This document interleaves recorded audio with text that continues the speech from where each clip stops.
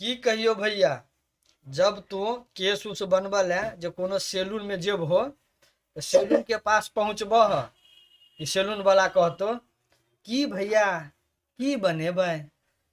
Salon वाला ओते प्यार से कहतो तोरा लगतो कि सचमुच में हमरा मौसी के बेटा है।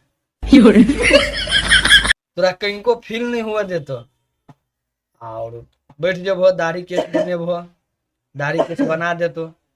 ओकर बाद तो कहबो कनी कोनो क्रीम नहीं है गोर हुआ वाला, तो कभी कहतो भैया ब्लीचिंग करवा ला ना, 200 से लेसी 350 रुपया तो 250 दो दिहो। बहुते महंगा कहै छ, सस्ता वाला नहीं है। कनी देर चुप भ तक बाद तोरा लेल कोन बात तो कोन करेबा कह ना।